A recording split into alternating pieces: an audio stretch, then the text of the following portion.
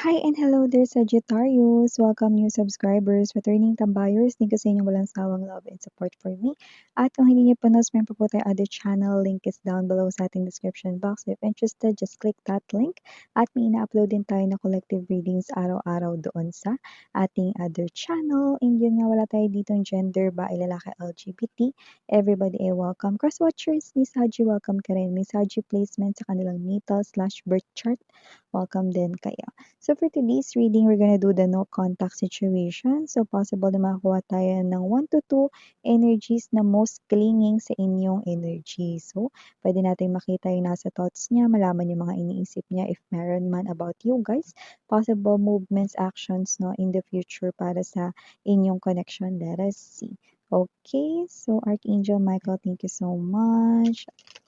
Angel guides for your presence, palagi ang presence or reading ni Sagittarius. Can we get messages for this no contact situation for them? Can you please show me any informations related to that? Thank you so much.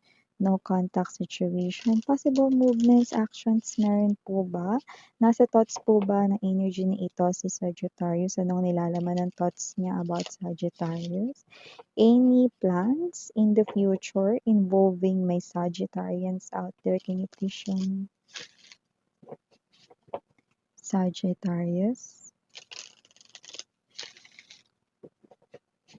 Sagittarius.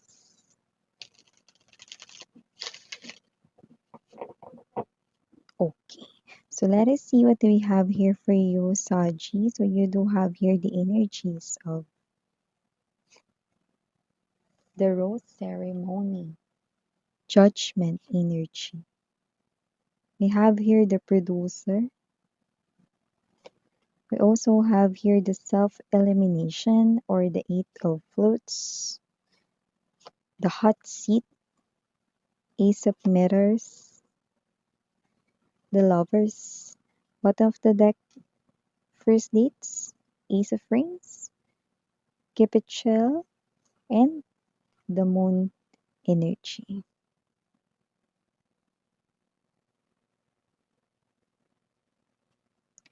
Okay. So nakikita ka rito mga babes, no, na may energy na talagang hindi nyo na to pinapansin sa Sagittarius.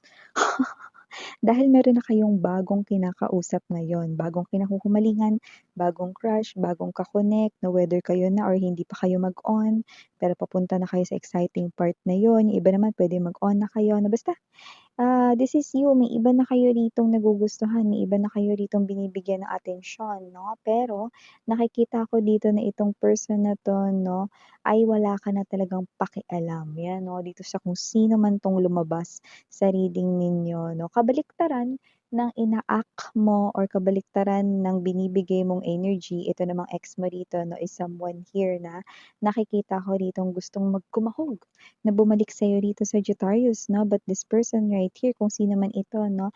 Takot ito, no, sa responsibilidad and picking up that specifically. Maybe this person here, pwedeng meron siya rito, no, na pananagutan.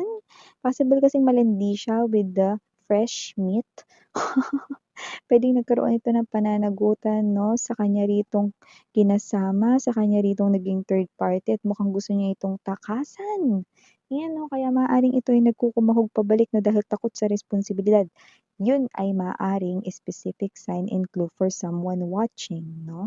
So yun nga mga babes at kung sino man ito, kung hindi man yun 'no, possible na meron din dito with the high frequency hot seat. Nakikita ko dito na itong tao na 'to 'no, ay takot rito 'no, na mag-isa 'no, or matanong 'no. So, ayaw niya rito na magsabi ng totoo sa inyo, pero gusto niya na ritong bumalik 'no, gusto niya ritong i-save ang kanyang sarili from this mess 'no. So, kung sino man ito, well, the energy is, yeah, meron tayo ditong nakikita 'no, na parang konting pagsisisi lang naman. In-emphasize mo talaga miss yan yung konting pagsisisi, yes. Kasi parang mas malaki ng malaking porsiyento yung gusto niyang takasan yung responsibilidad niya ron sa third party na baka yun ay kanyang nabuntis 'no, or baka meron siyang nagawa dong hindi maganda 'no, at gusto niya na parang makaalis dun 'no, at kayong nakikita niya ritong backup plan o kaya gusto niyang bumalik 'no, pero yung pagsisisi niya, konti lang talaga. Kasi nga malandi siya, eh, oh. Parang ito yung klase ng energy nakita ko nagkaroon siya ng takot or little fear 'no, medyo na-shokot siya, pero konti lang parang konti miss 'yan. Sabihin natin mga 30% siyang natakot, na-shokot, tapos 70% nananatiling malandi siya. So, kasi naman 'tong ex mo na 'to, yes, this person here will message you. Medyo nag-iisip pa siya kung ano yung kanyang sasabihin sa inyo, yun ang kanyang plano. Pero yeah, sa kabilang banda meron siyang bahid ng pangungonsensya. Akalain mo yun? Parang nakokonsensya siya 'no, ng very, very light dito 'no. Pero gusto niya pa ring makaalis sa situation. See, look at that. We have here the self-elimination 'no. So nakita ko na posibleng itong tao na 'to ay meron talaga ditong tinatakasan. Huwag mag-alala, hindi naman siya nagdulot ng krimen dito 'no, pero posibleng meron siya ritong iniwang responsibilidad or pananagutan 'no, or maaaring iba sa inyo, baka naman may responsibilidad ito sa inyo tapos yung mensaheng yun ipinapakita kasi posibleng kayo ay may anak 'no, tapos ito ay nangaliwa sa inyo, puwede ring gano'n yun mga bibs 'no. Eh, kung meron man kayong anak nito pero kung wala 'no, 'yan ito yung maaaring sitwasyon ninyo. So nakita ko rito na itong person na 'to 'no is someone here na ang daming mga pangako sa iyong napako 'no. Kaya hindi niya 'yan maisambit-sambit sa sasabihin niya sa'yo 'pag nagkausap kayo. Dahil alam niyang hindi ka na maniniwala diyan dahil baka ang sabihin mo lang 'no, with your naka-cross na mga arms na parang, "Weh, 'di nga." So, parang gano'n yung nakikita kong reaksyon mo rito 'no, na posibleng nai-imagine niya with the producer right here 'no, parang, hindi na bago sa'yo 'no, with the Ace of Mirrors 'yan dahil mukhang alam na alam mo na hindi niya kayang tumupad ng promise kaya never niyang gagamitin yang pinapangako ko na word 'no, or hindi niya sasabihin sa'yo na pinapangako ko na hindi 'yan. So, posibleng alis niya 'yan 'no, sa kanya ritong sasabihin sa inyo 'no. Pero yun nga, nakita ko rito na wala na kayong pakialam sa kanya dahil dito kayo happy na kayo with the Ace of Rings. Mukhang nagsisimula na kayo rito 'no, ng stable connection sa isang bagong person 'no, na posibleng hindi niya kilala, okey? Pero eto na ngayon yung Prince Charming mo or ang iyo ritong princess, 'yan 'no, yun ang nakikita natin dito 'no. And with the shades of heart, 'yan 'no. Kita mo 'yan? Shades tapos heart shape, nakita ko na isa na lang talaga yung tinitingnan mo dito 'no, tsaka for some reason hindi umiinit ang ulo mo with this new person. Unlike sa ex mo 'no, na parang walang dinulot kundi maglabas ng mga ugat sa mukha mo 'no, dahil, itong tao na 'to ay lagi nilang pinapakunot ang kilay mo dahil laging nakabusangot ang mukha mo sa mga pinaggagagawa niya rito. Kaya kung sino man 'tong ex mo na 'to na well, hindi ka pa niya titigilan mga babes dahil nakikita ko ritong pabalik siya na may konting porsyentong konsensya naman pero 30% lang. That's not enough, I know. Pero yun nga 'no, nakita natin dito na kung sino man 'tong energy na 'to 'no. Well, akalain mo nag-iisip pala siya. Kasi hindi niya gagamitin yung salitang pangako dahil alam niyang simplang siya dun 'no. Dahil nakita natin dito na kung sino man 'tong energy na 'to, nananatili pa rin siyang sinungaling, So, alam mo naman na yun 'no, umpisa pa lang kaya nakikita kong hindi mo na siya paniniwalaan ano man yung sasabihin niya rito 'no. Pero yun nga, nakikita ko dito mga babes na itong person na 'to na is gusto ritong bumalik sa inyo. Parang may sinasabi siya rito na ikaw lang yung makakapag-save sa kanya rito 'no, dahil possible na ikaw lang yung nakakaintindi sa kanya. Well, hindi naman siya alien pero ang hirap niyang intindihin 'no.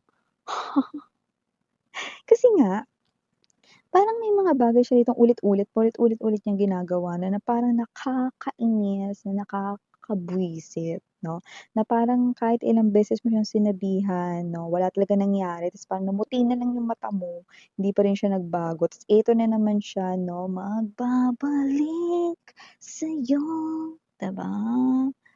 Yan kunwari 'no, paamo effect 'no, paawa effect 'no, kunyari gano'n 'no, ng walang kalaban-laban, 'di ba?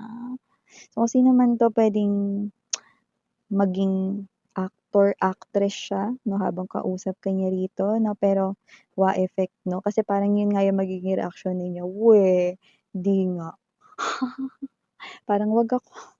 Iba na lang, nanahimik na ako, masaya na ako rito sa bago kong love life, 'yan 'no. Nagsisimula pa lang kami pero alam ko papunta na kami sa exciting part or meron na kasi akong bago, wala na akong pakialam diyan, 'yan 'no. Hanap ka na lang ng iba, 'yan 'no, so parang gano'n kayo.